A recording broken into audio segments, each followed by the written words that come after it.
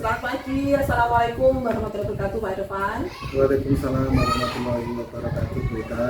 Terima kasih atas kesempatannya untuk berbincang hari ini. Tentu senang sekali bisa berdiskusi dengan panjenengan, Bu Eka. Pak Irfan, saya ingin berdiskusi sedikit tentang pengalaman Bapak dalam menghadapi kasus-kasus dilema etika di sekolah. Pertanyaan pertama ya, bagaimana Bapak bisa mengidentifikasi kasus yang merupakan dilema etika atau bujukan moral? Untuk mengidentifikasi dilema etika, saya biasanya memperhatikan situasi di mana ada dua pilihan, keduanya mengandung nilai-nilai kebijakan.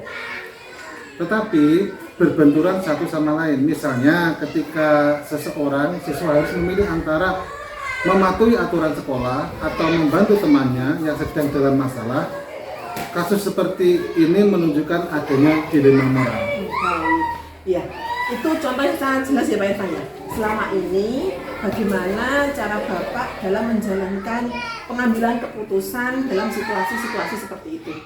Tentunya terutama ketika kedua pihak yang terlibat sama-sama memiliki kepentingan yang sama atau kepentingan yang baik-baik gitu. Saya selalu memulai dengan mendengarkan kedua belah pihak terlebih dahulu. Saya berusaha memahami perspektif masing-masing dan mencari titik tengah yang bisa diterima oleh semua pihak.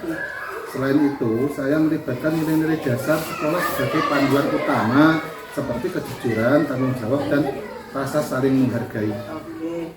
Kemudian, langkah-langkah apa saja Pak yang jenengan lakukan selama ini dalam menangani masalah dilema etika tersebut? Setelah mendengarkan semua pihak, saya biasanya melakukan diskusi dengan tim pendidik atau pembimbing konseling.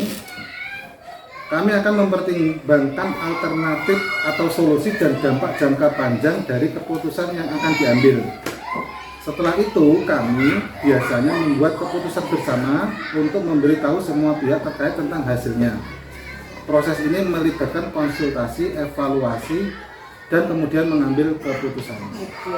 Dari pengalaman Bapak tersebut, hal-hal apa saja yang menurut Bapak efektif dalam mengambil keputusan pada kasus-kasus seperti ini?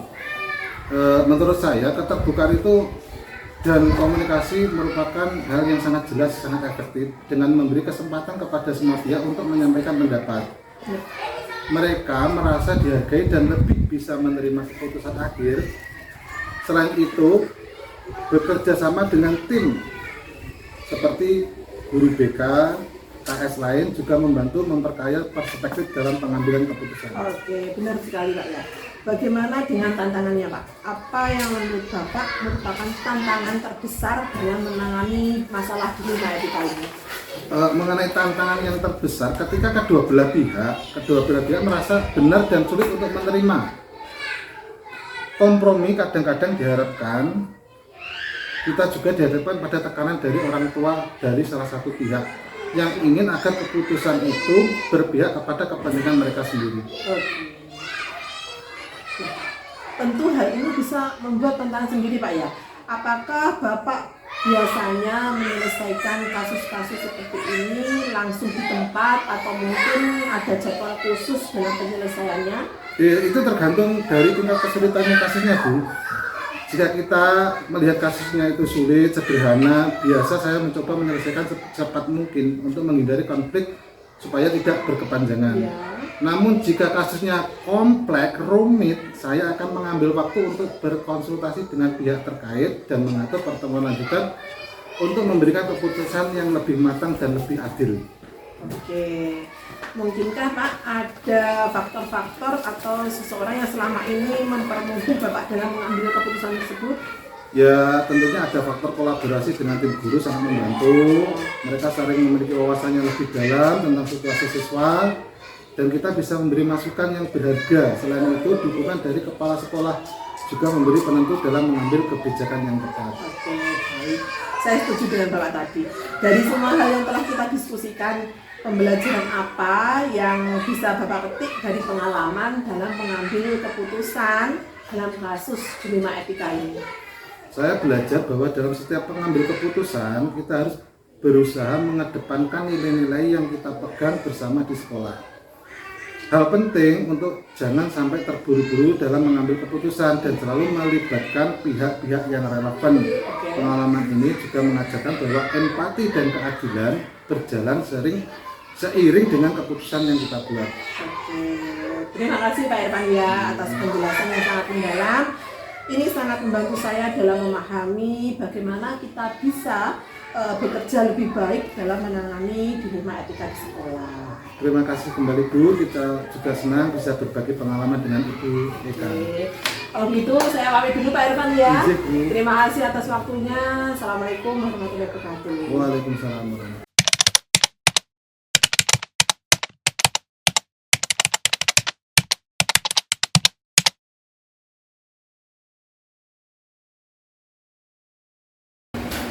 Assalamualaikum warahmatullahi wabarakatuh. Selamat pagi Bu Linda. Terima kasih sudah meluangkan waktu pada siang kali ini. Saya ingin membahas soal ketertiban terkait di sekolah dan bagaimana Ibu menangani kasus-kasus yang mungkin menjadi dilema etika. Bagaimana selama ini Bu Linda mengidentifikasi kasus yang merupakan dilema etika atau rujukan moral, terutama yang terkait dengan ketertiban sekolah. Selamat pagi Bu, terima kasih atas kesempatannya. Dalam kasus ketertiban, dilema etika biasanya muncul ketika siswa melanggar aturan, tetapi dengan alasan yang secara moral dapat dipahami. Contohnya, ada siswa yang datang terlambat karena harus membantu keluarganya, yang sedang dalam kondisi sulit. Di sini ketertiban dilanggar, tetapi alasannya cukup masuk akal dan hubungan dengan nilai kebajikan, yaitu membantu orang tua. Iya, baik. Itu memang situasi yang sering kita hadapi Bu ya. Lalu Bu Linda biasanya menjalankan pengambilan keputusan dalam situasi di mana ada dua kepentingan yang sama-sama benar, seperti kepatuhan terhadap aturan ataupun ketertiban versus nilai kebajikan seperti yang membantu keluarga. Bagaimana Bu? Biasanya saya memulai dengan mengkaji aturan yang ada, tetapi juga mempertimbangkan aspek moral dari tindakan siswa itu. Saya mencoba menyeimbangkan antara menegakkan ketertiban dan memahami situasi dari siswa. Misalnya dalam kasus siswa yang terlambat karena alasan keluarga, saya akan meminta penjelasan lebih lanjut dari siswa itu. Lalu mendiskusikan apakah ada solusi jangka panjang yang bisa dilakukan tanpa mengorbankan ketertiban, seperti mungkin memberikan izin khusus untuk situasi tertentu. Oke. Selanjutnya Bu Linda ya, langkah-langkah atau prosedur apa saja yang bisa Ibu lakukan dalam menangani kasus-kasus semacam itu? Biasanya langkah pertama adalah mendengarkan dan mengumpulkan informasi dari semua pihak yang terlibat, baik itu siswa, orang tua, atau pihak lain yang terlibat. Setelah itu, saya biasanya berdiskusi dengan tim guru atau guru BK untuk mencari solusi terbaik. Kami kemudian mengambil keputusan bersama yang tetap menghormati aturan sekolah, tetapi juga memperhatikan nilai-nilai kebijakan yang ada. Oke. Dari pengalaman Bu Linda, hal-hal apa saja yang selama ini dianggap efektif dalam pengambilan keputusan pada kasus-kasus terkait dengan dilema etika ini? Yang paling efektif menurut saya adalah dialog terbuka dan mencari solusi bersama. Ketika siswa itu dan orang tua merasa didengarkan, mereka lebih mudah menerima keputusan. Bahkan jika keputusan itu tidak sepenuhnya sesuai dengan harapan mereka.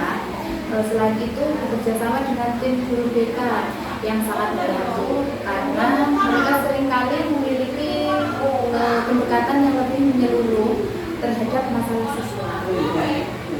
Kemudian tantangan apa saja Bu yang jenengan hadapi dalam mengambil keputusan-keputusan dalam kasus-kasus dilema etika ini? Tantangan terbesar biasanya dari tekanan untuk tetap tegas dan menegakkan aturan. Meskipun ada aspek moral yang perlu dipertimbangkan, kadang ada tekanan dari siswa atau orang tua yang ingin agar kita memberikan pengecualian terus-menerus. Selain itu, menjaga keseimbangan antara menjaga ketertiban dan bersikap empatik juga cukup sulit. Apakah Ibu biasanya langsung menyelesaikan kasus tersebut di tempat atau ada jadwal khusus atau mungkin penyelesaian dilema etika semacam yang pernah ada di kasus jenengan ini? Untuk kasus yang lebih ringan dan tidak terlalu kompleks, biasanya saya menyelesaikan langsung di depan setelah berdiskusi singkat dengan siswa. Namun untuk kasus yang lebih rumit seperti yang melibatkan orang tua atau melakukan pertimbangan khusus, saya biasanya mengatur pertemuan lanjutan dan mengambil waktu untuk berkonsultasi dengan pihak lain seperti guru BK atau kepala sekolah. Baiklah. Apakah ada faktor atau orang yang mempermudah ibu dalam mengambil keputusan ini? Ya, saya sangat merasa terbantu dengan adanya guru BK karena mereka memiliki pemahaman yang lebih mendalam tentang latar belakang siswa dan dapat memberikan masukan berharga. Selain itu, dukungan dari kepala sekolah dan kolega guru juga sangat membantu, terutama ketika kami perlu mengambil keputusan yang melibatkan banyak pihak. Oke, dari semua hal Bu ya yang telah kita diskusikan hari ini, pembelajaran apa yang mungkin Ibu petik dari pengalaman dalam menangani kasus dilema etika ini di sekolah Ibu? Saya belajar bahwa keputusan yang baik adalah keputusan yang tidak hanya berdasarkan aturan, tetapi juga mempertimbangkan konteks dan situasi moral yang dihadapi. Ketika kita bersikap adil, tetapi dengan fleksibel dalam memahami situasi siswa. Empati dan bekerja sama dengan tim sangat penting untuk mencapai keputusan yang baik. Oke, baiklah. Terima kasih Bu Linda ya atas penjelasan dan pengalaman yang sangat berharga. Ini akan sangat membantu kami dalam mengembangkan pendekatan-pendekatan yang lebih baik dalam menangani dilema etika di sekolah. Terima kasih kembali Bu. Senang bisa berbagi pengalaman. Seperti itu, saya pamit. Terima kasih atas ilmunya. Assalamualaikum warahmatullahi wabarakatuh.